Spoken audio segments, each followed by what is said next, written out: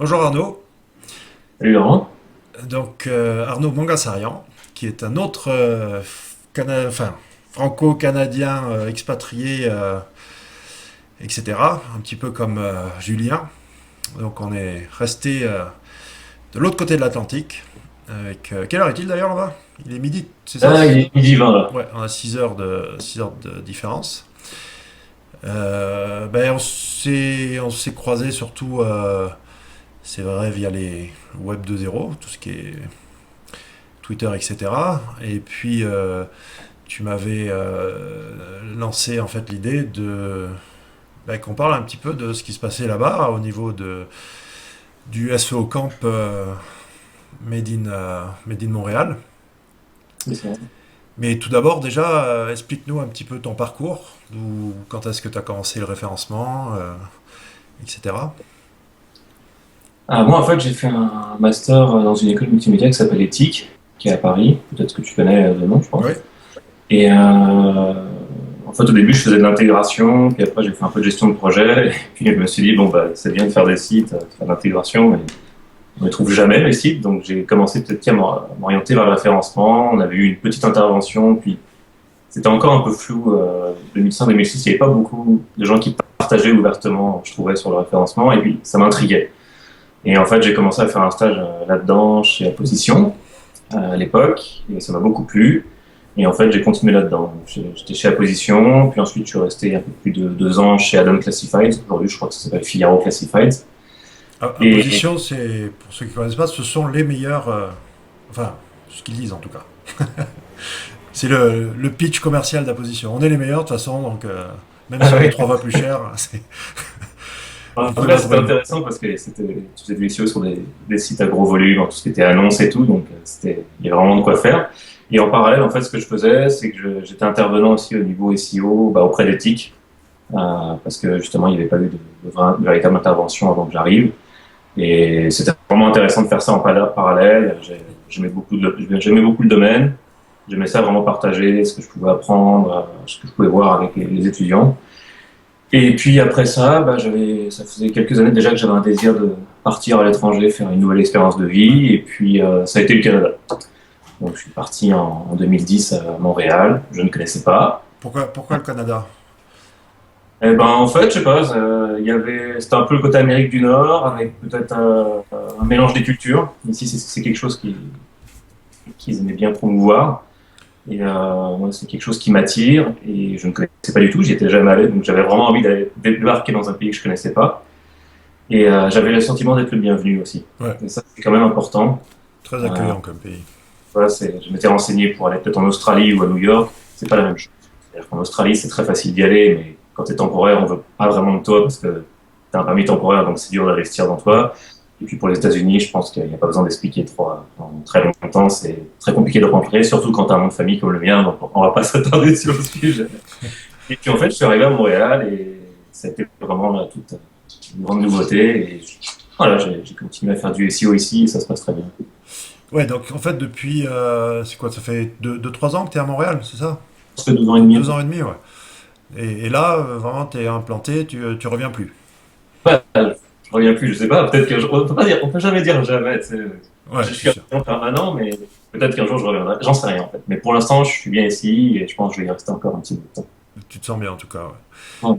Euh, alors oui, du USEO, donc c'est en France, nous on a l'association SEO Camp. Ouais. Et à l'époque où tu étais en France, d'ailleurs, je sais pas si tu étais au courant. Enfin, il y a eu déjà plusieurs tentatives chez nous d'associations, enfin de réguler un petit peu comme ça le secteur. Ça a été des énormes échecs. Mhm. Et c'est SEO Camp qui a émergé, hein, en partie, enfin d'ailleurs, vraiment grâce à une poignée de leaders qui l'ont tenu à bout de bras. Et donc raconte-nous un petit peu qu'est-ce qui se passe là-bas pour le SEO Camp, enfin on va l'appeler quand même Ça de, fait SEO, ouais, tout à fait. du SEO. Dessus. Toi, t'étais à la base du truc ou comment ça s'est passé? Ben, en fait, c'est ça, c'est-à-dire que ici, je suis arrivé, et puis au fur et à mesure du temps, je voulais un peu savoir qu'est-ce qu'il y avait comme communauté SEO. Et en fait, il n'y avait pas grand-chose. C'est-à-dire qu'il faut savoir qu'ici, en matière de SEO, il y a un peu de retard par rapport à la France. Il y en a de moins en moins maintenant, il faut le savoir. Mais il y avait un petit peu de retard. C'était quelque chose de moins connu. Puis ça s'est développé petit à petit. Et en fait, ce qui se passait, c'est qu'au niveau communauté, ben, il n'y avait rien. Il n'y avait rien du tout. Il y avait certes des associations aux États-Unis, mais ça, c'est quand même les États-Unis, c'est pas forcément si près que ça. Et il y avait des meet-up. De temps en temps, il y avait des événements SEO via les meet-up.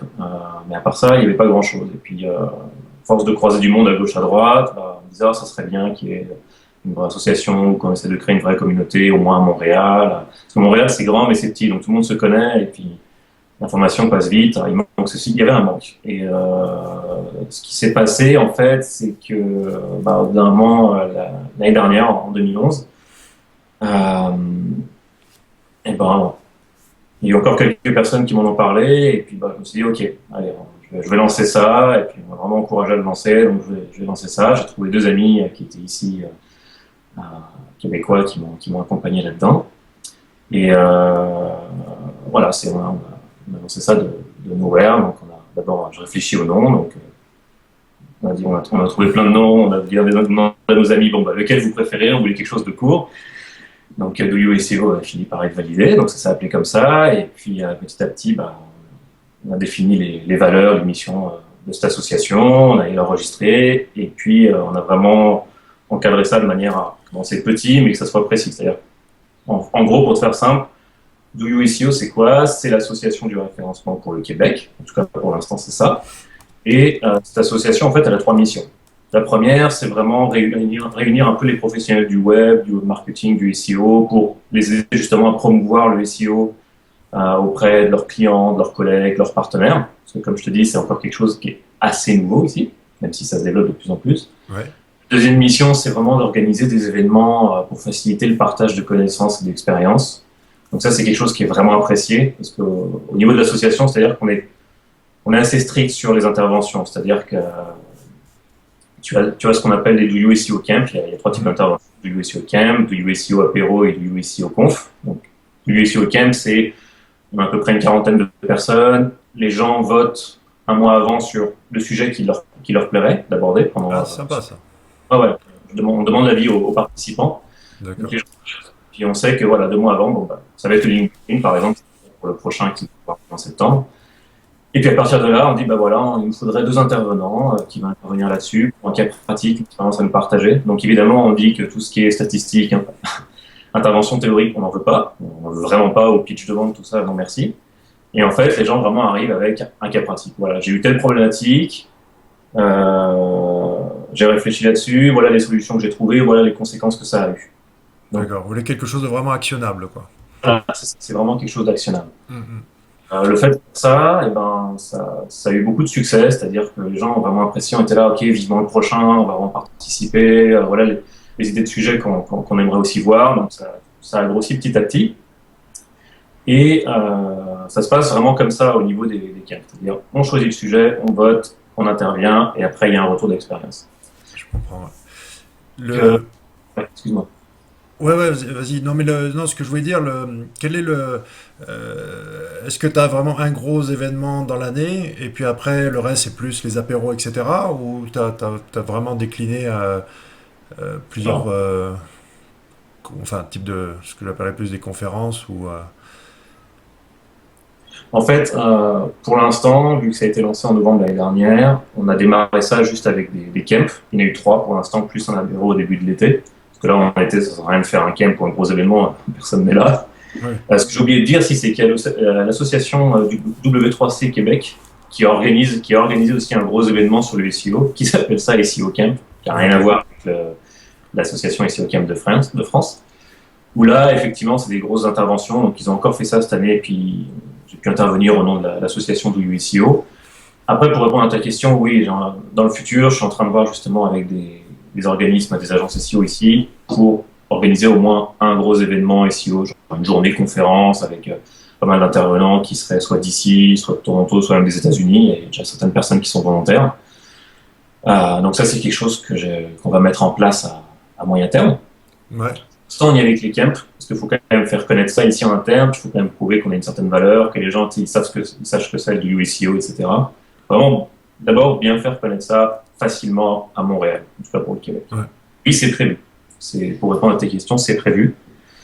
Et pour revenir vraiment aux missions que je t'évoquais tout à l'heure, je t'ai dit la première, la deuxième, donc c'était vraiment organiser des événements, et la troisième, c'était, ça découle un peu des deux autres, c'est vraiment encourager un peu la collaboration entre les différents experts, consultants SEO de Montréal, histoire de proposer de temps en temps, tu vois, des expertises globales, pouvoir communiquer plus facilement. Parce que ce que j'ai remarqué, c'est que les gens étaient quand même pas mal dans leur coin. C'est Et clair. le gros effort, ça a été au début, je le sens moins, en tout cas, on le sent moins dans l'association, c'était vraiment dire à des gens, bah, venez partager quelque chose, ça va intéresser. Et puis, quand tu donnes quelque chose, bah, c'est sûr qu'en retour, tu vas avoir des remerciements, je veux dire, les gens se souviennent de toi. Ça a été vraiment d'instaurer ça. Et Mhm. ça s'est fait, petit à petit, ça s'est fait. Je te dis pas qu'encore tout est parfait, hein, c'est quand même, l'association est assez jeune, elle a encore moins d'1 an. Mais ça se développe petit à petit, on commence à avoir des organismes, que ce soit qui font du SEO, qui fassent des outils web, qui commencent à dire, OK, moi je peux être partenaire de votre association pour vous aider pour tel ou tel événement, etc. Donc petit à petit, ça se développe. Et pour l'instant, donc c'est vraiment que les pros. Euh, Il y a un peu de tout, hein, c'est pas que les pros SEO. Ah d'accord, donc dès le départ, vous avez les entreprises aussi qui se sont un petit peu mêlées à la fête ou pas Bah, encore? c'était vraiment, on réunit les professionnels du web. C'est-à-dire, tu Ok, travailles dans le web, tu fais pas forcément du SEO, tu peux venir. Et ce qu'on s'arrange pour faire, c'est que les interventions, euh, ce qu'on dit également, c'est intervenant, c'est commence ton sujet avec quelques rappels basiques pour que la personne qui connaît rien puisse comprendre. Et à partir du milieu de ton ouais, intervention, commence à creuser bien dans ce qui est un peu plus complexe qu'à pratique. Parce qu'au moins celle qui connaît tout, bah, elle va se réveiller, ça va ouais. l'intéresser. Et celle qui ne connaît pas grand-chose, bah là, elle va prendre beaucoup plus de notes. Et au final, on arrive à avoir quelque chose de vraiment crescendo au niveau de la complexité. Donc, C'est compliqué hein, de s'adresser à divers profils en même temps, enfin pour passer par là à multiples. C'est très délicat hein, d'avoir une audience comme ça variée. Ouais, à essayer de trouver le bon discours pour qu'il y en ait un petit peu pour tout le monde. Pas facile. Mais en France, ce que je vois, c'est par contre, ouais, il y a cette année en tout cas, à SOCamp, on a vu les entreprises arriver. Quoi.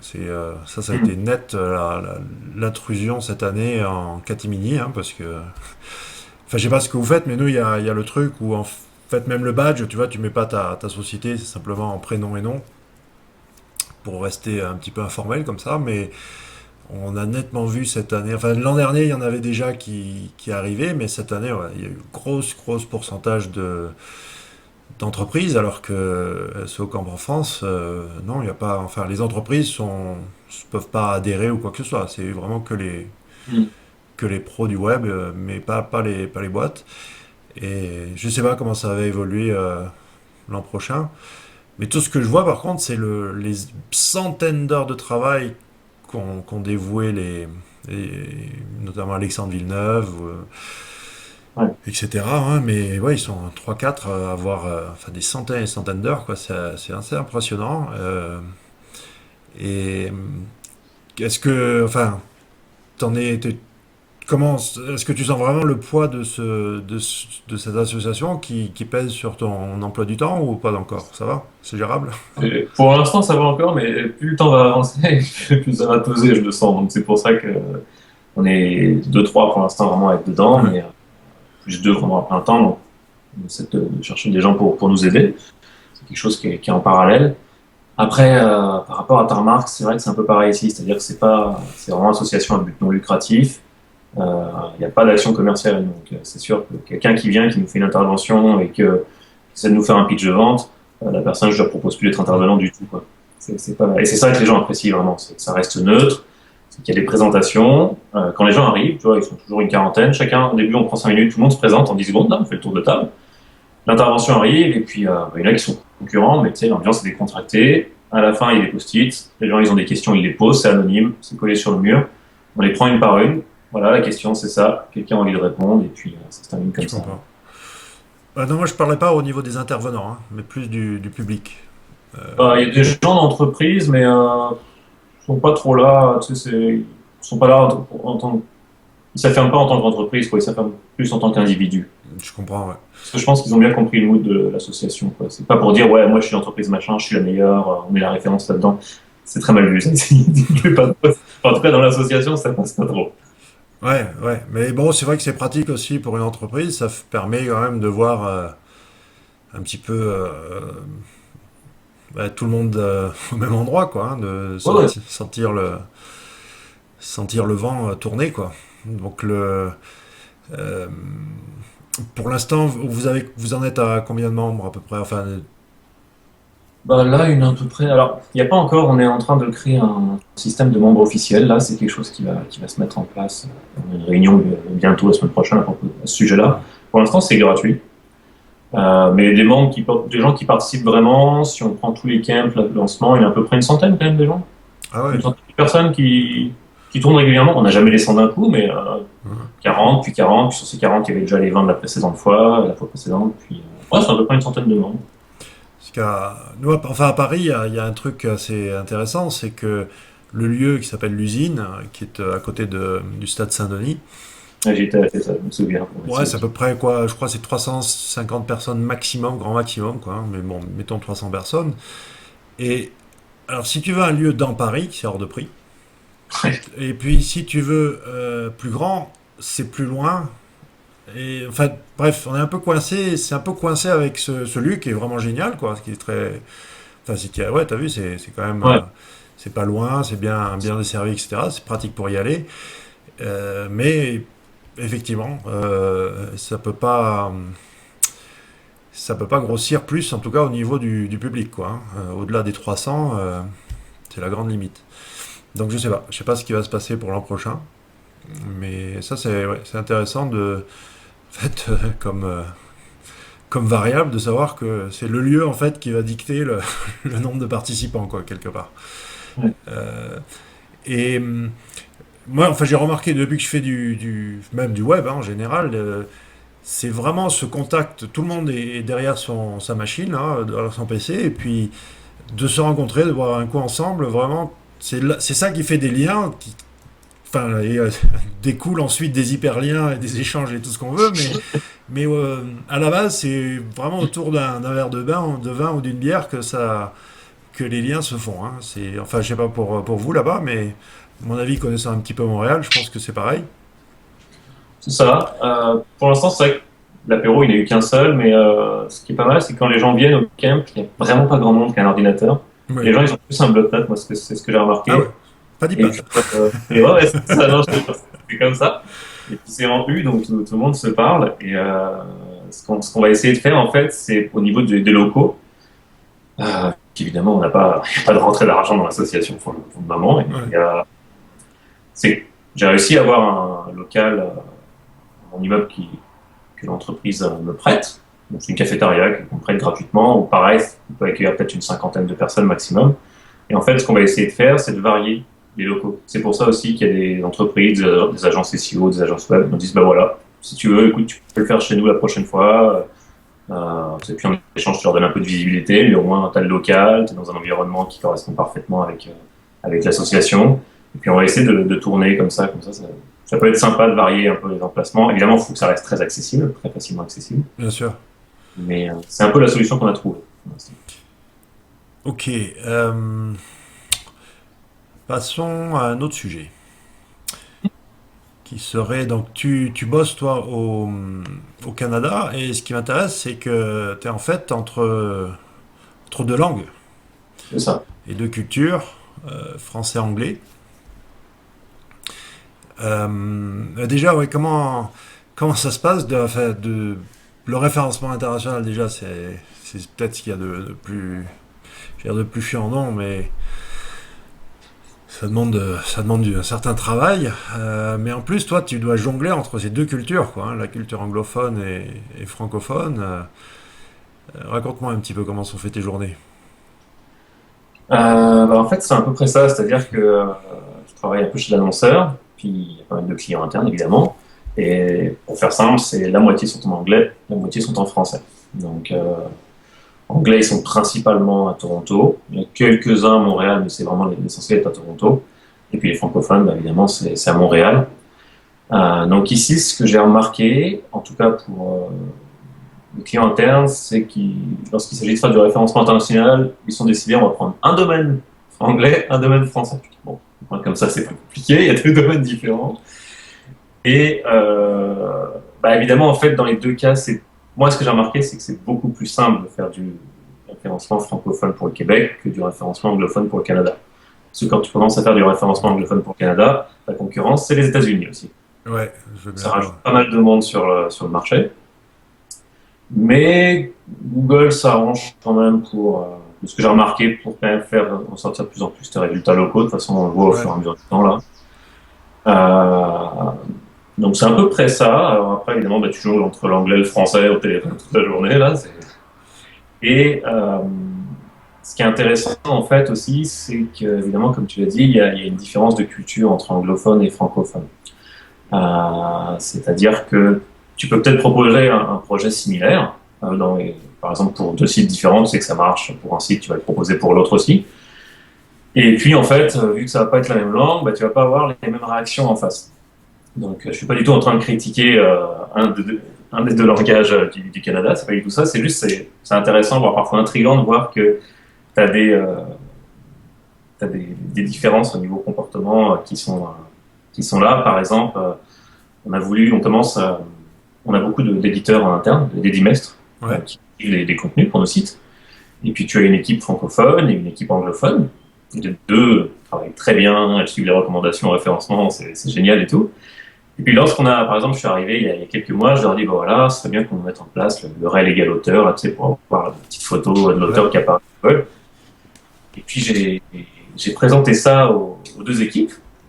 Et à Toronto, c'était là, les réponses étaient du genre, voilà, c'est vachement intéressant et tout. Je savais pas qu'il y avait ça, mais ça veut dire que je pourrais améliorer ma visibilité en tant qu'auteur. C'est super. Puis en plus, c'est vrai que quand on voit l'image, peut-être qu'on a envie de plus cliquer dessus. Ah, il y a un lien vers mon profil Google+.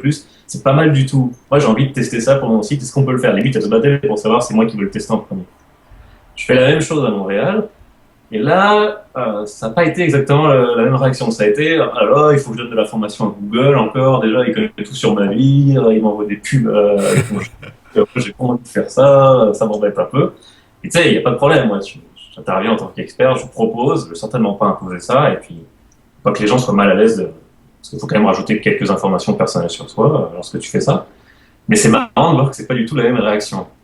Pareil, lorsque tu fais un projet SEO pour Toronto, ils sont énormément. Enfin, t'as un côté, ah, mais ça va emporter quoi, dans combien de temps, c'est quoi le pourcentage de réussite, etc. Il est un petit peu plus fort bah, qu'à Montréal, où de toute façon au Canada, ce que j'ai remarqué, c'est que tu as vraiment un côté héroïque très poussé. Quand je suis arrivé ici, le moindre petit truc, c'était ah, mais le héroïque, c'est quoi? Parce que tu peux dire, ouais, ça va améliorer un peu. Parfois, tu sais, c'est des petites pétouilles, des petites améliorations que tu fais, je sais pas. Alors, il y a des titles qui sont cassés, ce genre de choses. Au début, c'est ouais, mais c'est n'importe quoi ton truc. Je vais dépenser tant d'heures, puis c'est n'importe quoi. Tu te dis, ok, là, il y a Ouais.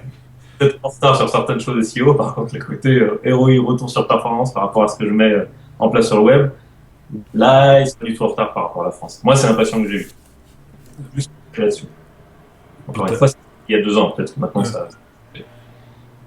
Mais c'est un peu les différences que j'ai notées. Ça, c'est un exemple, par exemple.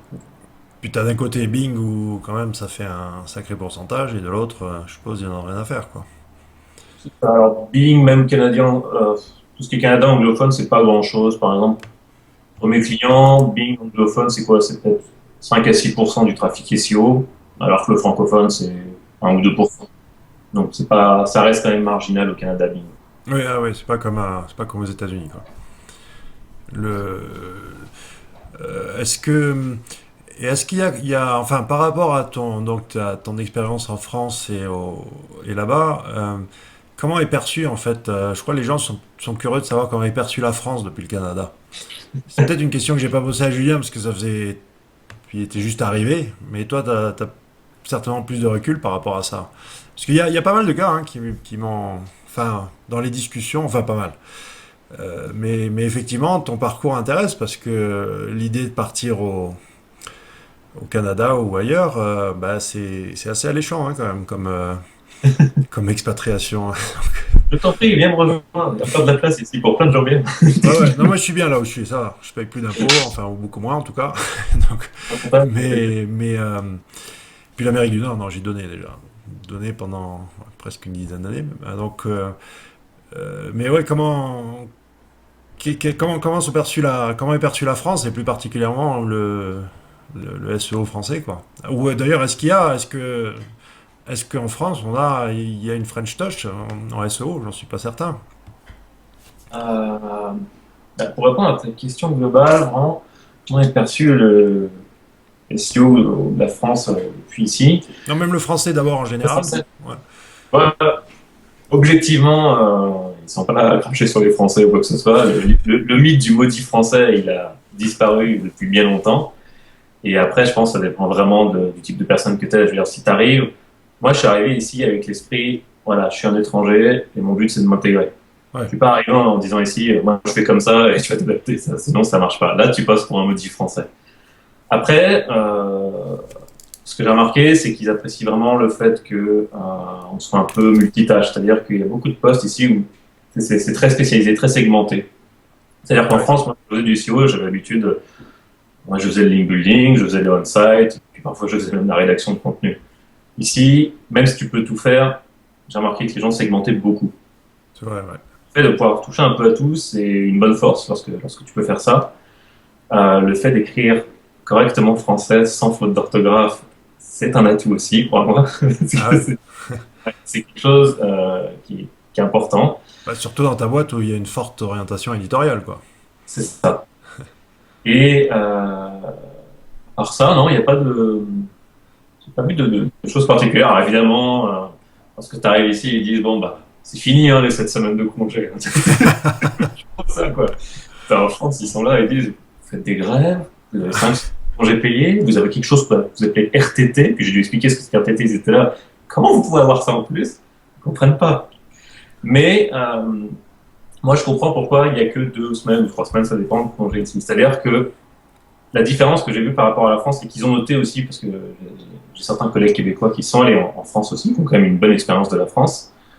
En France, tu vas arriver à ton travail, tu es employé, tu vas peut-être faire, je sais pas, 8h30, 19h, 19h30, j'en sais rien, mais tu vas pas partir, tu vas pas faire tes heures, tu vas pas faire tes 35 heures ou tes 39 heures. Si tu fais ça, tu vas partir à 6 heures le soir, puis c'est mal vu. Ici, c'est pas du tout la même mentalité, c'est tu fais tes heures, et si tu pars trop tard, ils vont être là. Qu'est-ce que tu fous là? Et en forme le lendemain.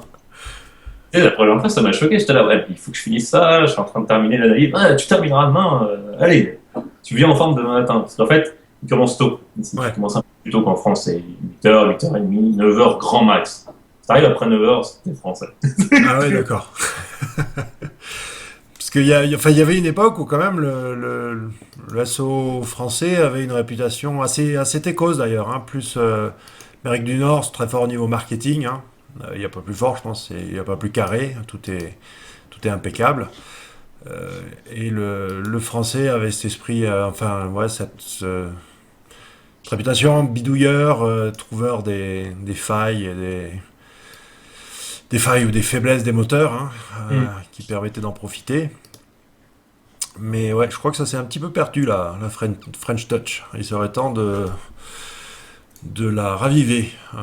S'il y a des blackheads qui nous écoutent, il faudrait qu'ils se bougent un petit peu là. Parce que ça C'est dort. c'est vrai que le côté bidouilleur, ça, on l'a pas mal. C'est vrai que ça. Même ici aujourd'hui, dans certains cas, c'est un petit peu plus marketing qu'ici. De ce que j'ai cru comprendre, en tout cas de ce que j'ai vu, par contre, c'est que le PPC ici, c'est pas mal développé. Donc ça rejoint effectivement l'idée que c'est du marketing. Ça, j'ai l'impression que ils sont pas mal doués là-dedans. Là. Il y a quand même, ils sont pas en retard ou, par rapport à la France ou quoi que ce soit.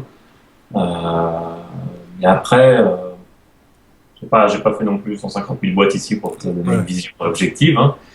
Euh, mais c'est vrai que le fait d'être, comme je te disais tout à l'heure, multitâche, ça plaît. Mhm. Parce que c'est pareil, quand je fais du SEO, évidemment, je fais du on-site, t'as du LinkedIn, t'as du Zarial, t'as tout, c'est pas juste du marketing. Puis ils sont là, ok, t'as des recos techniques, éditorial, marketing, il y en a trop là, ouais, t'ouvres et tout. Et je crois que c'est ça qui plaît aussi, c'est que tu puisses vraiment, toi tout seul, occuper un vrai poste d'expert où tu vas toucher à tout. Bah, Et tu c'est fais pas. cette notion de visibilité que j'aime bien mettre en avant, quoi. Plus que simplement, ouais, effectivement, c'est la visibilité complète et ça implique de passer par même des relations publiques, du SEM et tout le tralala, quoi, hein. On va de plus en plus vers ça, donc ouais, c'est vrai que je pense Ça, c'est intéressant à creuser, ouais, le côté multitâche. J'y avais pas pensé. Surtout que de toute façon, le SEO, c'est jamais complètement terminé, donc il y a toujours quelque chose à faire. Je peux pas dire, bon, c'est fait, je passe à un autre site. Toujours, tu trouveras toujours des choses à faire, donc c'est aussi ça qui est intéressant, surtout lorsque tu as les mêmes clients internes, moi c'est ça que j'aime bien. Et peut-être maintenant pour terminer un petit peu pour revenir sur toi au niveau perso, Ouais. qu'est-ce que bon, tu partages pas mal sur ton blog, hein, il y a même des articles qui sont, ouais, t'es toujours dans le truc, genre les Bing Webmaster Tools, paf, c'est vrai que dès que c'est tout récent, qu'ils se sont enfin mis à faire quelque chose de correct, euh, Hmm. mais quel serait en fait, enfin, comment tu sens le secteur, ou est-ce que, sans parler des gros mots, c'est-à-dire les animaux des zoos de Google, là, est-ce que tu sens qu'on est en danger?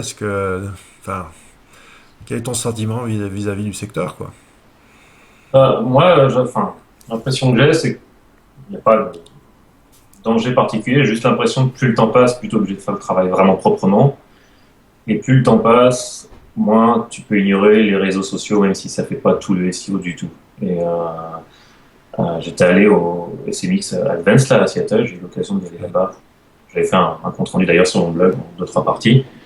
Il y avait quand même certaines études intéressantes qui mélangeaient réseaux sociaux et SEO, donc ça, c'était intéressant. Après, moi, ce que je me dis, c'est que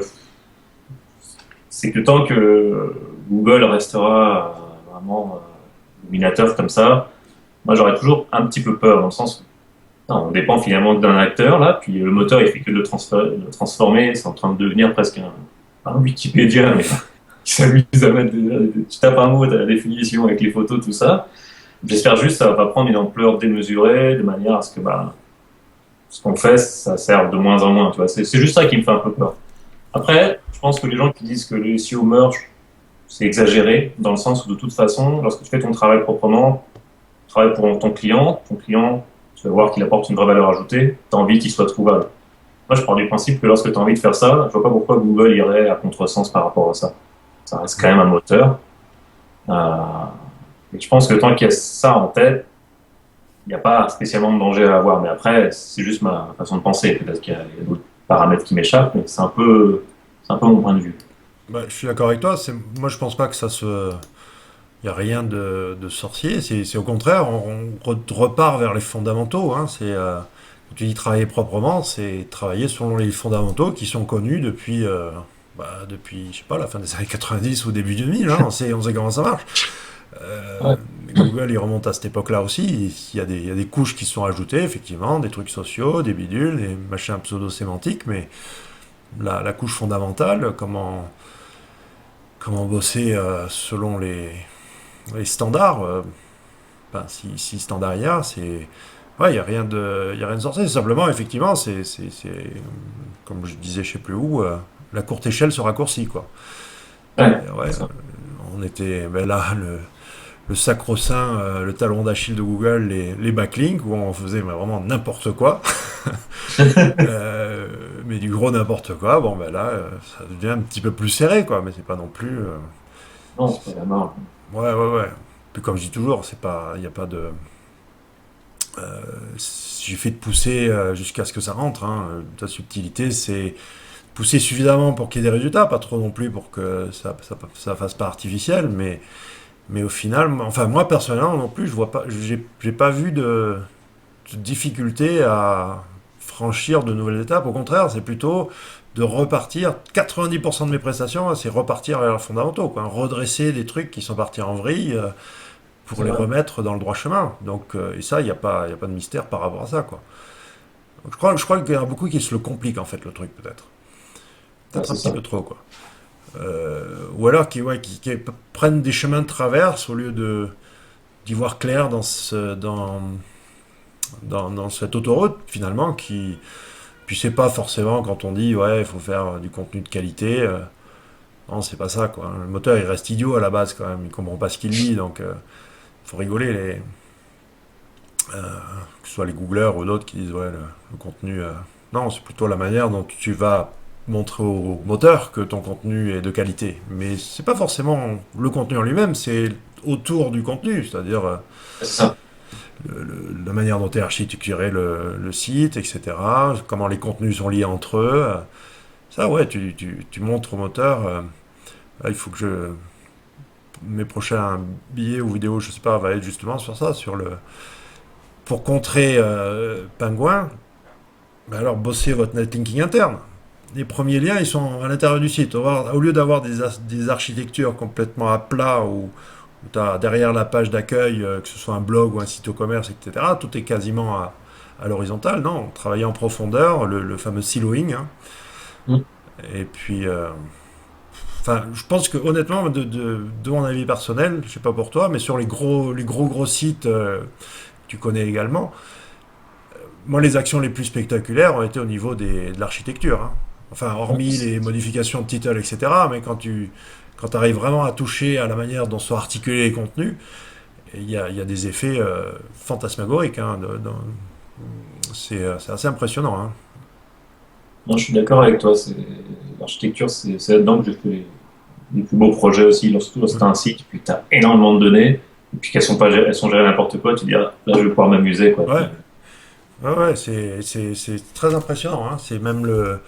Moi, je pense que le truc, il est là, hein. C'est-à-dire en plus, ça permet d'économiser, effectivement, en linking venant de l'extérieur, quoi. Parce que si on ordonne son contenu comme il faut, on le met en valeur. Mais il y a un petit peu de boulot en amont, ouais. C'est sûr que les gens, maintenant, je crois, je sais pas à qui la faute, hein. Peut-être facilité de création. Avant, il fallait vraiment créer une arborescence. Aujourd'hui, tu crées des catégories à la volée dans ton admin, sans vraiment avoir la vision de comment tout ça doit s'interconnecter, quoi, hein. Et puis, moi, comme contre-exemple, je prends toujours des sites qui ont les méga menus du style Pixmania, tout ça, où tu vas profondément dans une sous-sous-sous-catégorie, puis tu peux accélérer directement via le menu à une sous-sous-catégorie d'un autre truc qui n'a rien à voir, quoi. C'est-à-dire, tu es en train d'acheter un ordinateur portable Samsung modèle machin truc, et puis tu peux aller acheter des couches Pampers ou Huggies directement, quoi. Que- Quelle est la relation les couches Pampers et mon ordinateur Samsung que je suis en train d'acheter, quoi. Bon, enfin, mais et toi, ouais, là en ce moment, c'est plutôt enfin, en ce moment, si tu as bossé chez Apposition et le reste, c'est sûr que c'est plutôt ce qu'on appelle les grands comptes. Mais qu'est-ce que tu préfères personnellement? C'est-à-dire, c'est plus, ouais, ces gros sites à manœuvrer un petit ou avec beaucoup de process, ou alors plus des petits acteurs, des petits commerçants qui. En fait, je pense que ce qui me ferait bien triper, ça serait de faire ça, enfin, pour des sites e-commerce surtout. Parce que je trouve que peut-être tu peux concrètement plus facilement mesurer ce que tu fais. Hmm. Bon, bah, voilà, j'ai fait ça en SEO, bah, ça t'a permis de vendre trois paires de chaussures en plus par jour, par exemple. Tu vois, ce genre de choses. Ouais, Donc là, je travaille principalement de magazines en ligne. Mais comme tu disais, une fois que tu as fait les fondamentaux, bah, tu continues de faire ton optimisation. Et puis en fait, de plus en plus, j'essaie de tendre vers un côté un peu web analytics parce que ça m'attire depuis longtemps. Et puis ça me permet de rajouter une couche à tout ce que je fais. Donc bah, voilà, par exemple, je sais pas, mon projet là, ça m'a permis d'augmenter ton abonnement à une newsletter de 30%, ce genre de choses. Donc je passe vraiment pas mal de temps à proposer aux clients des KPI ou des objectifs à atteindre par rapport à ce que je fais. Et là, c'est tout de suite plus excitant parce que tu vois ouais. ce que tu as fait, ça permet d'atteindre tel ou tel objectif. Et voilà, moi, ça permet vraiment de qualifier encore plus ton travail. Et Ouais, voilà ce que j'allais te parler. c'est clair que enfin le retour sur investissement, comme je disais tout à l'heure, les gens sont probablement même dans toutes les cultures, etc. Enfin, s'il y a ce besoin de savoir quel va être le retour, hein, quelque part. Et c'est souvent très très flou, hein, en termes de SEO. Bon, bah ok, quand tu achètes des AdWords ou autres, ouais, Mm. là c'est facile. Mais après, effectivement, partir sur du netlinking, du contenu, tout ça, c'est un petit peu plus exotique ou un petit peu plus flou en tout cas. Et l'analytique, on est encore à la préhistoire, hein. Quand tu vois, moi ce qui me fait bondir, c'est toute la partie, par exemple, référeur, quoi. Dans l'analytics, alors maintenant, bon, ils ont essayé d'approcher ça un petit peu plus finement, mais pendant des années, la partie référeur, c'était un fourre-tout, en fait, où tu mettais, voilà, tout ce qui... ouais, c'était ça, je peux pas l'expliquer autrement, c'est un fourre-tout, quoi. Alors que ça comprend tellement de choses différentes, c'est ce segment-là. Mais ouais, puis d'ailleurs, quand on voit souvent euh, les graphismes là, de la pyramide de Maslow adaptée au référencement, où il y a certains qui. Moi, je préfère, pour moi, mettre le contenu à la base, et puis plus on va vers le sommet, c'est tout ce qui touche au netlinking, etc. D'autres vont mettre l'architecture à la base.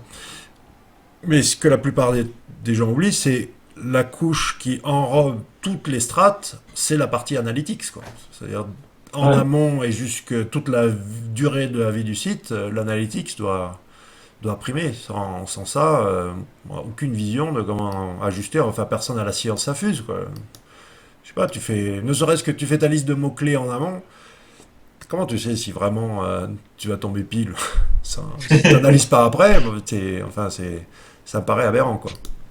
Non, je suis d'accord, puis surtout, c'est surtout ça qui va te permettre aussi d'obtenir l'accès à des nouveaux projets plus facilement pour ton client. Il va voir que, ah ouais, ça contribue. Bon, bah vas-y, propose-moi autre chose. Puis là, tu as plus de facilité à proposer des choses. Moi, je trouve que ça fait partie d'un autre. En fait, tu as l'analytics qui englobe tout. Puis moi, ce que je mettrais aussi qui englobe tout, c'est vraiment la connaissance du métier. Et Ouais, quand je suis arrivé ici, c'est ce que j'ai fait aussi chez Adam Classifieds, j'ai commencé à faire des workshops SEO avec les différentes équipes. Workshop pour l'équipe technique, workshop pour l'équipe marketing, éditoriale. Puis je fais ça deux, peut-être trois fois par an. Comme ça, ils savent exactement ce que je fais, à quoi je sers. Et puis les nouveautés. Et puis ils comprennent, ah ok, donc je peux plus faire comme ça. Ou ils comprennent l'importance de la chose et ça permet de relier plus efficacement le SEO à tout le monde. Parce que toi, je sais pas, mais comme j'ai souvent été chez l'annonceur, bah, t'es pas un peu tout seul, mais presque, dans ton coin. ouais. Donc, si tu travailles avec tout le monde, faut quand même dire, hey, je suis là, coucou, j'existe, je peux vous apporter des choses. Donc, je pense que la connaissance du métier, le suivi de ce que tu fais, ça va aussi te faciliter la mise en place de certains processus en interne.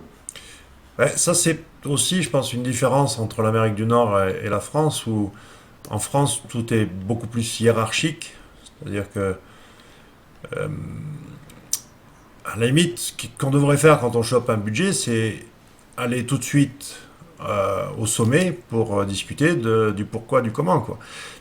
Mais personne ne le fait. C'est toute la partie qu'on peut appeler politique du métier, où alors qu'on est coincé entre une strate, ça peut être enfin, qui tourne autour de la strate marketing, disons. Mais tu n'as pas enfin, le pourquoi du comment, non.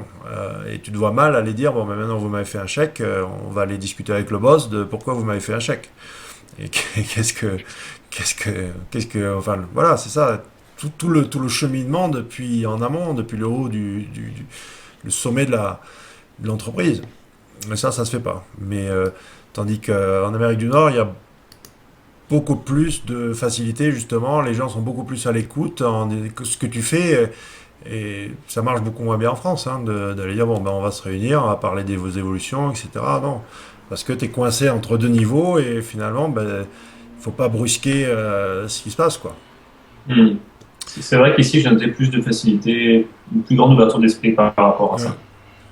Ah, ça, moi, je crois, c'est pour avoir connu les deux cultures, hein, ça me paraît évident. Mais enfin, tu vois, enfin, le style même open space, c'est assez récent en France, hein. Tout le monde était dans son petit coin, alors que, enfin, je sais pas au Canada, mais en tout cas aux États-Unis, ça fait depuis très très longtemps que l'open space est quasiment devenu la règle de Non, base. Ouais. ouais, c'est pareil ici. Et sinon, toi, sur le plan perso, bon, t'as déjà pris pas mal avec l'association, mais est-ce que tu as des sites à toi, mis à part ton blog, ou enfin, tu monétises ou pas du tout? Pas trop, non. Mon blog, c'est plus par plaisir que j'ai ça. Je donne des petits coups de main à gauche à droite de temps en temps. Mais perso, non, je me dis plus trop. Il fut un temps où j'avais fait deux, trois tests qui avaient bien marché, genre en mettant des posts un peu spéciaux, genre sur des produits bizarres et puis ça marchait bien et puis j'avais explosé mon revenu AdWords, enfin ce genre de choses. Mais à part ça, non, non, non, j'évite de faire que du SEO à la maison aussi. J'ai besoin de Ouais. faire autre chose. Mais C'est souvent ouais, ce qu'on dit. Enfin, il y a des fois, tu vois, les trucs des interventions, les mecs disent ouais, non, mais de toute façon, si t'es un bon SEO, tu le fais que pour toi-même. Ce qui est complètement faux, quoi. Je veux dire, enfin, déjà, c'est totalement un état d'esprit différent de bosser pour soi ou pour chez l'annonceur ou autre. Mais, et puis, encore plus, de dépendre uniquement des revenus de ses propres sites ou alors faire des prestats. Enfin, moi, je mélange un peu les deux, hein, même si ça fait 2 ans que je bosse sur un truc bien top secret. Mais enfin, qui est parti d'ailleurs là depuis 2 3 mois, donc j'en parlerai bientôt, promis.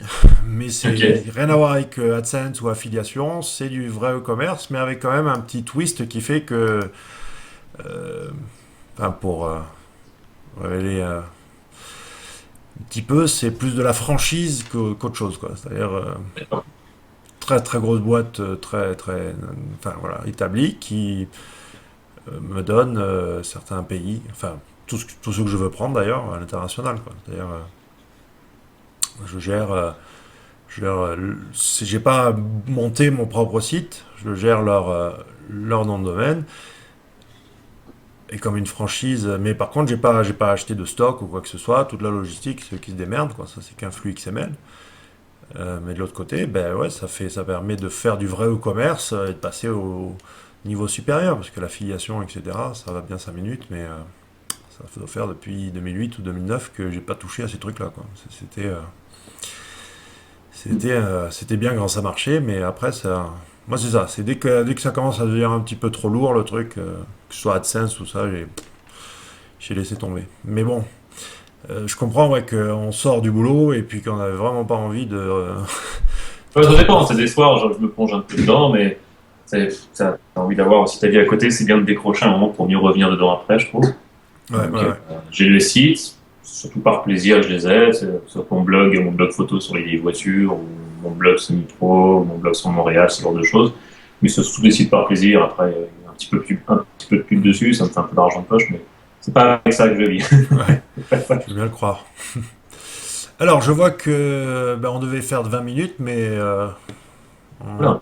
on va bientôt faire 1 heure là. Donc, on va arrêter de discuter avant qu'il d'avoir des remarques disant qu'on a encore été trop long. Mais en tout cas, ça a été un plaisir de papoter avec toi. Ouais, bah, moi aussi.